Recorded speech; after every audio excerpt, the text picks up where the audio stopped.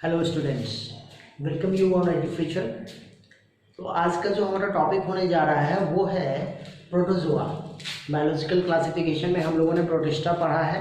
Protista का ही अगला classification जो है वो है क्या, प्रोटोजोआ। तो आज हम लोग प्रोटोजोआ के बारे में बात करने जा रहे हैं।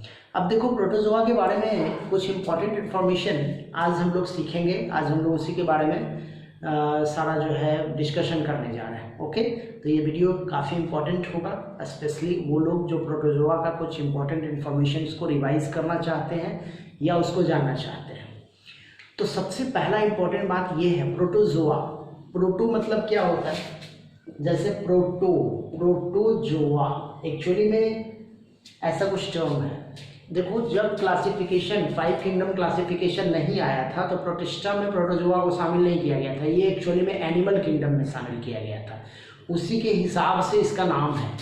तो प्रोटो का मतलब क्या होता है, फर्स्ट, और zoa is coming from the word animals. Animals के लिए टर्म यूज किया जाता है जोआ, मतलब फर्स्ट एनिमल्स। एक्चुअली में एनिमल्स का सबसे इनिशिएटिव फॉर्म है, ये यूनिसेलुलर फॉर्म है ना। तो अगर आप इसके बॉडी सिस्टम को देखिएगा, बॉडी ऑर्गेनाइजेशन को देखिएगा, तो आपको क्या मिलेगा, तो आपको मिलेगा यूनिसेलुलर, या फिर आप इवन ए सेलुलर भी कह सकते हो किसी किसी को। यूनिसेलुलर और ए सेलुलर, है ना। और प्रोटोप्लाज्मिक लेवल ऑर्गेनाइजेशन क्या हो जाएगा, प्रोटोप्लाज्मिक लेवल ऑर्गेनाइजेशन जो होगा ना वो प्रोटोप्लाज्मिक लेवल हो जाएगा। ओके, अगर ऐसे हम लोग देखें तो कोलोनियल होता है, नॉन फोटोसिंथेटिक होता है, ये सभी आप कर सकते हो। क्या होता है, कोलोनियल, या कोई कोई सोलिटरी भी हो सकता है, या तो अकेला रहेगा, और नॉन फोटोसिंथेटिक, फोटोसिंथेटिक। लेकिन एक एक्सेप्शन इसमें वही आ जाता है, that is Euglena. This one is exception, ये एक्सेप्शन है। ये प्रोटोजोआ की कैटेगरी में ही रखा गया था पहले, जिसको हम लोग बोलते हैं यूग्लिना। और यूग्लिना जो था वो फोटोसिंथेटिक होता है, आपको पता भी होगा, मैंने बताया भी है इसके पिछले वीडियो में, है ना। अब अगला इंपॉर्टेंट बात क्या है कि मोस्टली ये एक्वेटिक होता है। अगर फ्री लिविंग है तो मोस्टली एक्वेटिक होता है। अगर किसी के साथ है तो पैरासिटिक भी हो सकता है, सिम्बायोटिक भी हो सकता है ना। तो हम लिख सकते हैं एक्वेटिक होता है, even some are parasitic also, और आपको सिम्बायोटिक भी मिल जाएगा, है ना। तो पैरासिटिक का एग्जांपल हम लोग आगे देख लेंगे, बहुत सारे एग्जांपल है इसका। और अगर हम लोग देखते हैं इसके शेप का, साइज का, तो वेरिएबल और बहुत अलग अलग टाइप का शेप होता है। चलिए, इंपॉर्टेंट बात जो है अब हम लोग देखने जा रहे हैं कि on the basis of locomotory organs के हिसाब से हम इसको अलग अलग कैटेगरीज में बांट सकते हैं। डिफरेंट टाइप का लोकोमोटरी ऑर्गन होता है। जैसे देखिए क्या क्या हो सकता है, फिर इसके बाद हम लोग सब लोग इसका एग्जांपल देख लेंगे। तो एक को हम लोग बोलेंगे मैस्टिगोफोरा। क्या बोलेंगे, मैस्टिगोफोरा। मैस्टिगोफोरा कहने का मतलब क्या हो गया कि इसमें लोकोमोटरी ऑर्गन जो होगा ना वो फ्लैजिला होगा। किससे ये मूव करता है, तो फ्लैजिला से, मैस्टिगोफोरा, ठीक ना। नेक्स्ट अगर हम लोग देखें तो आपको मिलेगा सीलिया से करता है, तो इसको हम लोग बोलेंगे सीलियाटा, जिसमें सीलिया लोकोमोटरी ऑर्गन पाया जाता है। अगर स्यूडोपोडिया लोकोमोटरी ऑर्गन पाया जाता है तो हम लोग उसको बोलते हैं क्या, सार्कोडीना। लोकोमोटरी ऑर्गन क्या हो जाएगा, स्यूडोपोडिया। अगर हम लोग देखेंगे कहीं कहीं पे किसी किसी ऑर्गेनिज्म में जो इससे बिलोंग करते हैं उसमें लोकोमोटरी ऑर्गन नहीं भी पाए जाते हैं, so they are under the category of sporozoa. उसको हम लोग रखते हैं किसमें, स्पोरोजोआ में, ठीक। तो ये हुआ ऑन द बेसिस ऑफ कितने टाइप के हो सकते हैं ये। अब अगला इंपॉर्टेंट बात क्या है कि अगर हम लोग देखते हैं तो ये कैसा मिलेगा आपको, these are eukaryotic in nature. Eukaryotic है, इसका मतलब क्या है, all the cell organelles even nucleus are properly available, well developed, we can say that double enveloped nuclear membrane present. Okay, कहीं कहीं पे आपको ऐसा भी मिलेगा कि ये न्यूक्लियस जो है, न्यूक्लियस के हिसाब से आप कह सकते हो कि ये यूनी न्यूक्लिएट भी हो सकता है और बाई न्यूक्लिएट भी हो सकता है ना। देखो यूनी न्यूक्लिएट में जैसे अमीबा आ गया, लेकिन बाई न्यूक्लिएट को अगर हम लोग देखेंगे तो क्या आ जाएगा, जैसे पोलिमिक्सा हो जाएगा, पैरामीशियम हो जाएगा, जैसे पैरामीशियम हो गया, पोलिमिक्सा हो गया, ये सब जो है ना वो डाइकैरियोटिक बोला जाता है, ये सब डाइकैरियोटिक है ना। हाँ, पिलोमिक्सा होता है, पोलिमिक्सा नहीं होता, pelomyxa. So these are dikaryotic in nature. Okay, double nucleus पाया जाता है। आप देखोगे, अगर मान लो मैं एक एग्जांपल दे देता हूँ, जैसे पैरामीशियम को अगर आप देखिए, इस टाइप का स्ट्रक्चर होता है स्लीपर शेप। तो स्लीपर शेप स्ट्रक्चर में आप देखोगे ये चारों तरफ इसके क्या मिलेगा, दीज आर फ्लैजिला, एंड आपको डबल न्यूक्लियस मिलेगा। एक न्यूक्लियस थोड़ा बड़ा साइज का होगा और एक न्यूक्लियस थोड़ा छोटा साइज का होगा, ठीक ना। तो इस न्यूक्लियस को हम लोग बोलते हैं मैक्रो न्यूक्लियस, और ये जो आप देख रहे हो इसको बोलते हैं माइक्रो न्यूक्लियस, ठीक ना। मैक्रो न्यूक्लियस जो होता है वो वेजिटेटिव पर्पस के लिए होता है। इसका पर्पस कैसा होता है, वेजिटेटिव। कहने का मतलब कि ये बॉडी के अलग अलग फंक्शंस को, मेटाबॉलिक एक्शंस को, ग्रोथ को, ये सारी चीज को कंट्रोल करता है। लेकिन इसको हम लोग बोलते हैं क्या, जेनरेटिव। मतलब ये बेसिकली किसको कंट्रोल करता है, तो रिप्रोडक्शन, फॉर रिप्रोडक्शन। ये रिप्रोडक्शन के कंट्रोलिंग के लिए ये न्यूक्लियस होता है, इसीलिए इसमें डबल न्यूक्लियस होता है, मतलब माइक्रो न्यूक्लियस और मैक्रो न्यूक्लियस, है ना। तो मैक्रो न्यूक्लियस जो होगा वो वेजिटेटिव न्यूक्लियस कहलाएगा और माइक्रो न्यूक्लियस जो होगा वो रिप्रोडक्टिव न्यूक्लियस कहलाएगा। ये स्पेशली पाया जाता है पेलोमिक्सा में और पैरामीशियम। ठीक, आगे बढ़ते हैं हम लोग।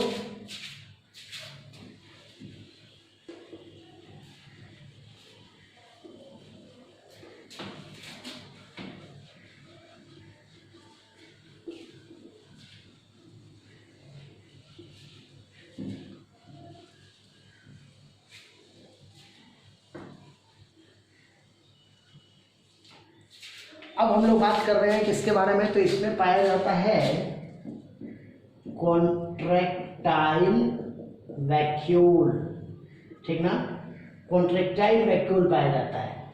अब ये कॉन्ट्रैक्टाइल वैक्यूल जो आपको मिलेगा उसका पर्पस क्या होता है एक्चुअली में, देखिएगा। जैसे मान लीजिए ये मैं अमीबा बना रहा हूँ, तो अमीबा में इस तरह से कॉन्ट्रैक्टाइल वैक्यूल पाया जाता है ना। ये क्या है, कॉन्ट्रैक्टाइल वैक्यूल। इसका पर्पस क्या है, osmo regulation, for osmo regulation. मतलब कहने का मतलब क्या, balancing of water and minerals, है ना। ये एक्चुअली में बार बार बनता है और बिगड़ता है ना। जब एक अमीबा फ्रेश वाटर में आ गया, उसके सराउंडिंग्स में वाटर का कंसंट्रेशन हाई है, तो क्या होगा, वाटर इनसाइड अमीबा के अंदर जाएगा by the means of diffusion. तो डिफ्यूजन के थ्रू जब वाटर जाएगा ना, तो contractile vacuole collect that particular amount of water and move towards the cell membrane. Cell membrane के टुवर्ड्स मूव कर जाएगा और रप्चर कर जाएगा, फिर नया कॉन्ट्रैक्टाइल बनेगा। मतलब ये बार बार क्या करता है, अमीबा के अंदर आने वाले वाटर और एक्स्ट्रा मिनरल्स को सेल से बाहर करने का काम करता है। तो यही पर्पस है कॉन्ट्रैक्टाइल वैक्यूल का। ओके, अगर हम लोग न्यूट्रिशन की बात करते हैं, इसके बाद हम लोग बात कर लें किसका, न्यूट्रिशन का। तो न्यूट्रिशन इसमें अलग अलग टाइप का होता है, जैसे होलोजोइक होता है, सैप्रोफाइटिक होता है, पारासिटिक होता है ना। बेसिकली कौन कौन होगा, तो होलोजोइक मतलब कम्प्लेक्स ऑर्गेनिक मैटर को ये एज ए फूड के रूप में इनगल्फ करता है। सैप्रोफाइटिक जैसे इसमें आ जाएगा अमीबा, एग्जाम्पल अगर हम लोग दे तो सैप्रोफाइटिक आएगा, मतलब क्या कि डेड और डिकेड बॉडी पे अपना लाइफ गुजारता है, जैसे मोनोसिस्टिस। एग्जाम्पल क्या हो जाएगा, मोनोसिस्टिस। उसी तरह से पारासिटिक का बहुत सारे एग्जाम्पल हो सकता है, जैसे क्या आ जाएगा पारासिटिक, आपको पता है ये होस्ट के ऊपर अपना लाइफ डिपेंड करता है। जैसे मान लीजिए मैं बात कर रहा हूँ किसका, कुछ एग्जाम्पल हम लोग देख लें, जैसे प्लाज्मोडियम है ना, तो प्लाज्मोडियम जो होता है वो क्या होता है, मलेरियल पैरासाइट बोला जाता है।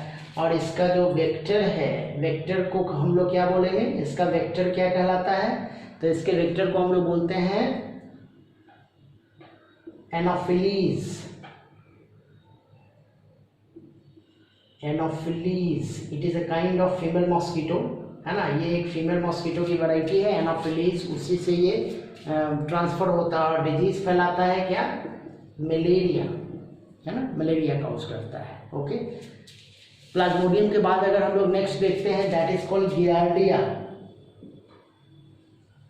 है ना, ये गियार्डियसिस काउज करता है। बेसिकली इसको हम लोग बोलते हैं कि एक्चुअली में ये गियार्डिया जो आप देख रहे हो ये पाया जाता है कहाँ, तो हमारे मतलब ह्यूमन के इंटेस्टाइन में पाया जाता है। गियार्डिया को एक और नाम दिया जाता है, इसको हम लोग बोलते हैं grand old man of intestine. इसको हम लोग बोलते हैं grand old man of intestine, ठीक ना। एक्चुअली में ये प्राय ह्यूमन के इंटेस्टाइन में पाया जाता है। और एक और इम्पोर्टेंट बात, इसमें 8 फ्लैजिला होता है, ये बड़ा इम्पोर्टेंट है। नंबर ऑफ फ्लैजिला जो होता है ना गियार्डिया में, दैट इज 8 इन नंबर। और इससे जो डिजीज काउज होता है बेसिकली ये डायरिया काउज करता है।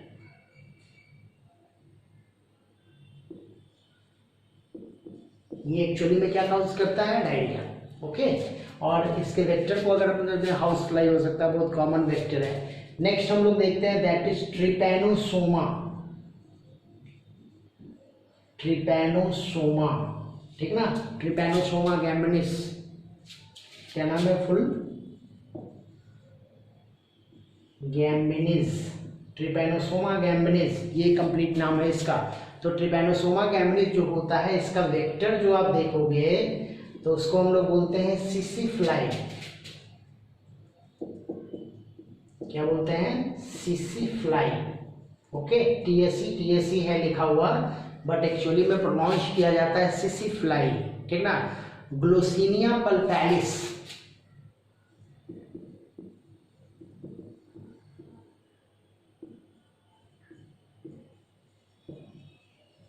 यही इसका साइंटिफिक नेम है, ग्लोसिनिया पल्पैलिस। ओके, तो ग्लोसिना पल्पैलिस, ठीक है। तो ये क्या है, एक टाइप का ये सिसिफ्लाई है जिसके द्वारा इसका ट्रांसमिशन होता है। और इससे जो डिजीज काउज होता है वो डिजीज का नाम क्या है, that is sleeping sickness. Sleeping sickness specially बोला जाता है अफ्रीकन स्लीपिंग सिकनेस, ये काउज करता है, बेसिकली अफ्रीकन कंट्रीज में होता है, ठीक ना। उसी तरह से एक और डिजीज आपको बता दें किसके द्वारा होता है, लिस्मेनिया। लिस्मेनिया डोनोवानी, देखिए ये एक पैथोजन है, पैरासाइट है। ये एक्चुअली में क्या फैलाता है, तो ये फैलाता है कालाजार, ब्लैक फीवर, कालाजार फैलाता है, ठीक ना। और इससे जो मतलब किस वेक्टर का नाम क्या है, सो वेक्टर है सैंड फ्लाई। वेक्टर क्या है, सैंड फ्लाई, ठीक ना। सैंड फ्लाई का भी साइंटिफिक नाम क्या हो सकता है, तो दैट इज कॉल्ड फेल्बोटोमस। फेल्बोटोमस अर्जेंटस, फेल्बोटोमस अर्जेंटिस, ठीक ना। इसी को बोलते हैं ये फेल्बोटोमस अर्जेंटिपस कर सकते हैं आप, फुल नेम अर्जेंटिपस, ठीक ना, फेल्बोटोमस अर्जेंटिपस। ओके, तो ये आपको क्या फैलाता है, कालाजार, है ना। So these are parasitic in nature, ये सब पैरासिटिक होता है। इवन कभी कभी आप देखिएगा सेप्रोफाइटिक भी होता है, सॉरी सेप्रोफाइटिक नहीं, सिम्बायोटिक भी होता है। मैं यहाँ लिख देता हूँ, सिम्बायोटिक में आप देखिएगा तो आपको मिलेगा दैट इज ट्राइकोनिम्फा। क्या नाम है, ट्राइकोनिम्फा, ठीक ना। ये पाया जाता है वुड टर्माइट्स के इंटेस्टाइन में और सेलुलोज के डाइजेशन में हेल्प करता है। सिम्बायोटिकली सेपरेटिव प्रोटोजोआ है। ओके, तो ये हो गया on the basis of nutrition. आगे हम लोग देखते हैं excretion and other things.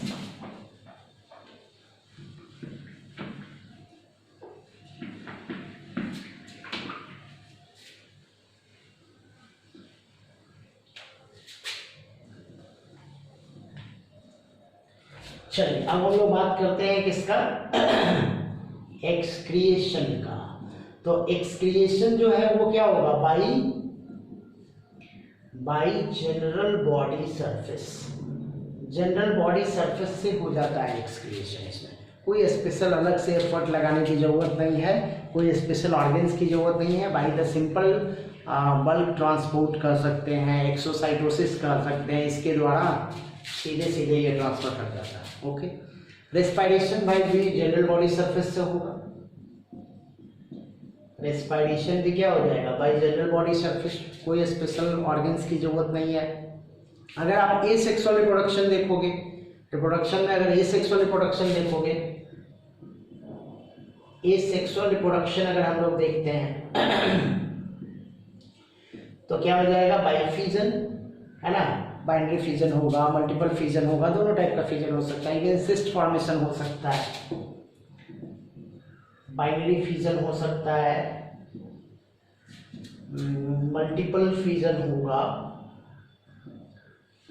Cyst formation होगा। ये सब एसेक्सुअल रिप्रोडक्शन का पार्ट है। ओके, अगर सेक्सुअल रिप्रोडक्शन को देखेंगे तो by the fusion of gametes in gamete, sexual reproduction को अगर हम लोग देखें तो क्या हो जाएगा, बाय सिंगैमी। कहने का मतलब क्या, by the process of fusion of the male and female gamete together. Okay, तो ये हो गया इसका रिप्रोडक्शन। अब फाइनली हम लोग इसको क्लासिफाई करेंगे, क्लासिफिकेशन ऑफ प्रोटोजोआ देख रहे हैं हम लोग।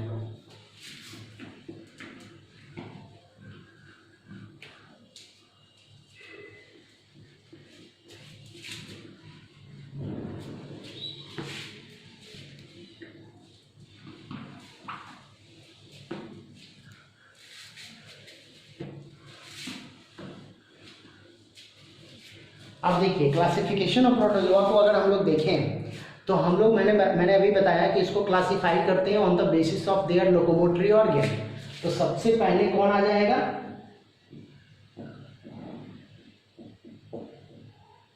मैस्टिकोफोरा।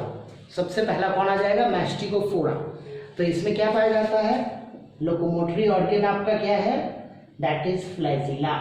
लोकोमोटरी ऑर्गन क्या मिल जाएगा, फ्लैजिला, है ना। मैंने बताया ना अभी कि फ्लैजिला कितने होते हैं, इसमें 8 फ्लैजिला होता है। किसके अंदर, तो स्पेशली जैसे कुछ एग्जांपल दे दें तो गियार्डिया हो गया जिसमें 8 फ्लैजिला पाया जाता है।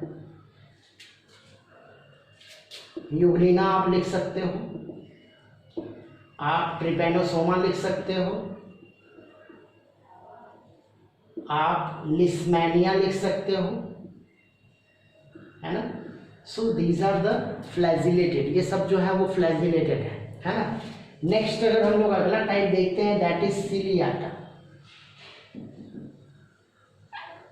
क्या है, सिलियाटा, है ना। सिलियाटा को देखेंगे, नाम से पता चल रहा है सिलिया पाया जाता है। इसमें क्या पाया जाता है, सिलिया पाया जाता है। एग्जाम्पल क्या होगा, दैट इज पारामीशियम,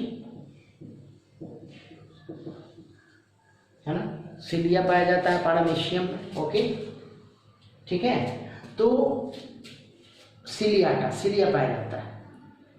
नेक्स्ट मैंने एक और बताया दैट इज सार्कोडीना। सार्कोडीना जिसमें क्या पाया जाता है, स्यूडोपोडिया पाया जाता है, सार्कोडीना। और स्यूडोपोडिया जो पाया जाता है वो क्या होता है, इस टाइप का स्ट्रक्चर था, फिंगर लाइक स्ट्रक्चर्स। स्पेशली इसका एग्जांपल क्या हो जाएगा, अमीबा। इसका एग्जांपल क्या हो जाएगा, अमीबा। और फाइनली मैंने एक और बताया दैट इज स्पोरोजोआ। इसके बाद क्या आता है, स्पोरोजोआ।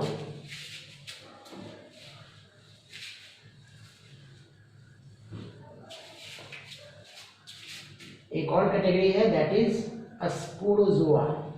स्पोरोजोआ में हम लोग क्या कहेंगे, there is no locomotory organ actually. Sporozoa में लोकोमोटरी ऑर्गन्स नहीं पाए जाते हैं। नो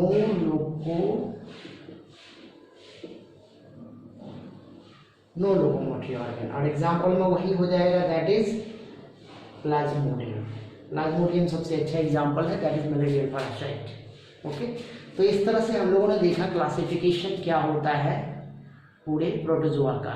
एक और इम्पॉर्टेंट बात यह है कि इस सारे टाइप के प्रोटोजोआ में, मतलब मैस्टिगोफोरा हो गया, सिलियाटा हो गया, सार्कोडीना हो गया, स्पोरोजोआ हो गया, इसमें से सबसे सिंपलेस्ट प्रोटोजोआ कौन है? कभी कभी देखिएगा कॉम्पिटिटिव क्वेश्चन में इस टाइप का डाला हुआ है कि सबसे सिंपलेस्ट प्रोटोजोआ कौन है, दैट इज मैस्टिगोफोरा। ये जो आप देख रहे हो ना, मैस्टिगोफोरा इज द सिंपलेस्ट प्रोटोजोआ, ये सबसे सिंपलेस्ट टाइप है। तो फिर जब बात आती है सिंपलेस्ट की, तो फिर बात आती है कॉम्प्लेक्स कौन है, सबसे कॉम्प्लेक्स कौन है? So that is ciliata. ये जो आप देख रहे हो ना, ये सबसे कॉम्प्लेक्स प्रोटोजोआ है on the basis of their structure, even metabolism, इस पॉइंट ऑफ व्यू से, है ना। तो इस तरह से हम लोगों ने देख लिया क्लासिफिकेशन, उसके वेरियस इंफॉर्मेशंस को मैंने आपके साथ शेयर किया। आप इसको रिवाइज कर सकते हो प्रॉपर वे में, आपको समझ में आएगा ये सारा टॉपिक, है ना। आप बुक के थ्रू भी इसको पढ़िए, रिवाइज कीजिए। ओके, तो बहुत बहुत धन्यवाद आप लोगों का इस चैनल पे कंटिन्यूअस बने रहने के लिए। Thank you.